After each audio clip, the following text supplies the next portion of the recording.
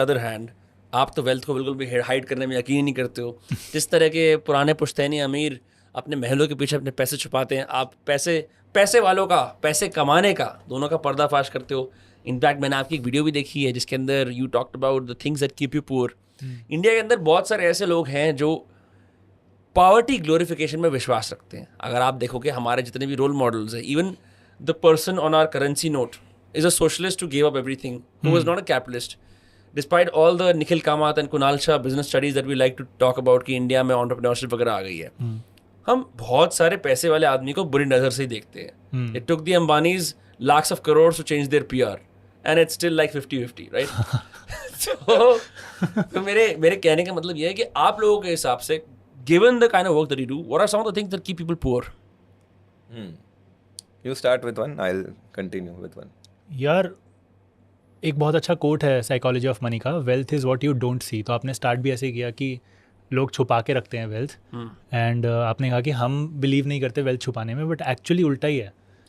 Wealth चाहे कैसी भी हो आपको छुपा कर ही रखनी चाहिए, क्योंकि अपनी सोसाइटी में ना, एक तो लोगों को, मैंने एक वीडियो में भी ये बात बोली थी कि आज किसी middle class lower class person को 5 करोड़ रुपए दे दो तो वो क्या करेगा?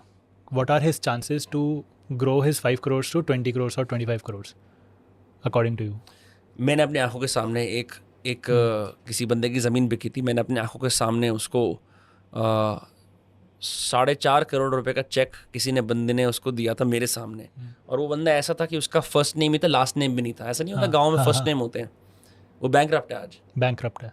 यही केस है सबके साथ। तो मे बी इस रेस्पेक्ट में हमको वेल्थ नहीं भी छुपानी चाहिए। We should talk more about it कि यार मेरे पास 5 करोड़ थे तो देखो मैंने कहाँ इन्वेस्ट किए, कैसे बिजनेस किया, क्या चैलेंजेस आए, स्पेशली उनके जिनके फेलियर की स्टोरीज़ हैं। मैंने दुकान डाल दी, किसी के और के बिज़नेस में इन्वेस्ट कर दिया और डूब गए। बट हमको ये नहीं दिखाना चाहिए कि हमारे पास देखो क्या क्या है, जैसे लग्जरी गाड़ियाँ, बंगला, ये सब दिखाते हैं। ये सब दिखा के ना, जैसे अंबानी की वेडिंग भी है, अंबानी की जो वेडिंग है उसकी नेटवर्क का 0.something% टर्म्स में उसकी टोटल वैल्यू आएगी। हम वो देखकर अपने ड्रीम्स बना लेते हैं कि यार हमारी शादी में भी कुछ ना कुछ तो फैंसी करना है, क्योंकि सोशल मीडिया पर सब कुछ यही चलता है।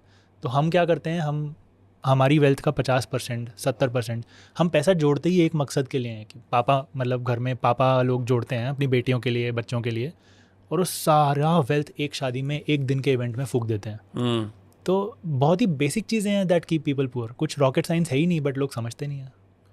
और मैं इसमें ऐड करता हूँ कि यार हम लोग ज़्यादातर जो वीडियोस बनाते हैं वो हम सैलरीड एम्प्लॉयज़ के लिए बनाते हैं, और इस देश में एक बहुत बड़ा तबका है वो सैलरीड है, कहीं ना कहीं से जॉब कर रहा है। जब आप इंडिया को कंपेयर करोगे, for example I was in Italy couple of weeks ago, and वहाँ पे मैंने जो वर्क कल्चर देखा that was so different than in India. आपको शॉक लग गया होगा।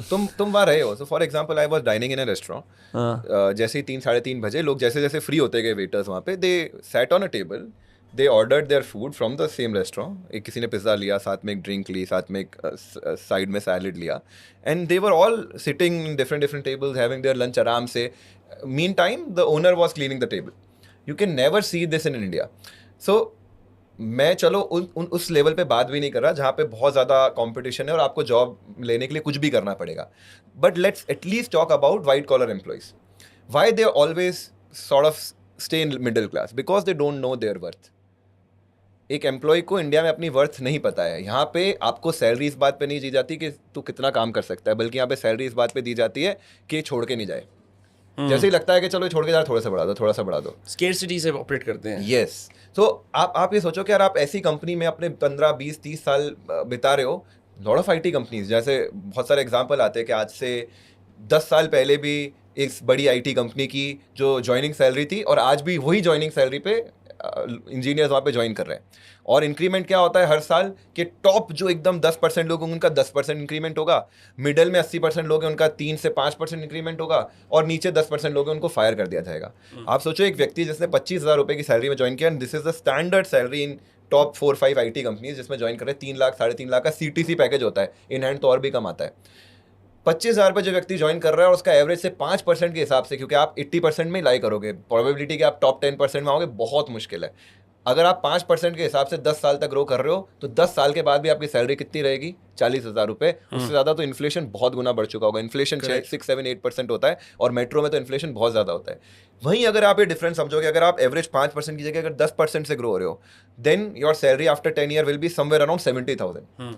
और अगर आपने राइट कंपनी चुनी जहाँ पे आपकी वैल्यू है और आप 20% के हिसाब से ग्रो हो रहे हो, क्योंकि एक बिजनेस से एक्सपेक्ट किया जाता है यार, स्टार्टअप तो 100-200% से ग्रो कर रहे हैं, बिजनेस कम से कम हर साल 15-20% तो ग्रो होता है, तो उसी प्रोपोर्शन में एम्प्लॉय की सैलरी बढ़नी चाहिए।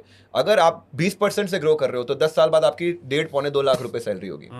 सो employee need to know their worth, और वहाँ पे जाना चाहिए जहाँ पे उसकी वर्थ का उसको पता भी चले, उसको वैल्यू किया जाए। सिर्फ अगर आप सैलरी पे चल रहे हो तो आप कभी अमीर नहीं बन पाओगे।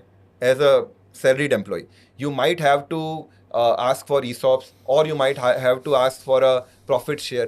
कुछ आपको या तो सैलरी कम भी दे पा रहे हैं तो आपको एटलीस्ट कुछ होप है लॉन्ग टर्म में अमीर होने का। Some substantial variable where you have control over your own money. So lot of people staying in middle class salaried employee, I believe because they don't know their worth.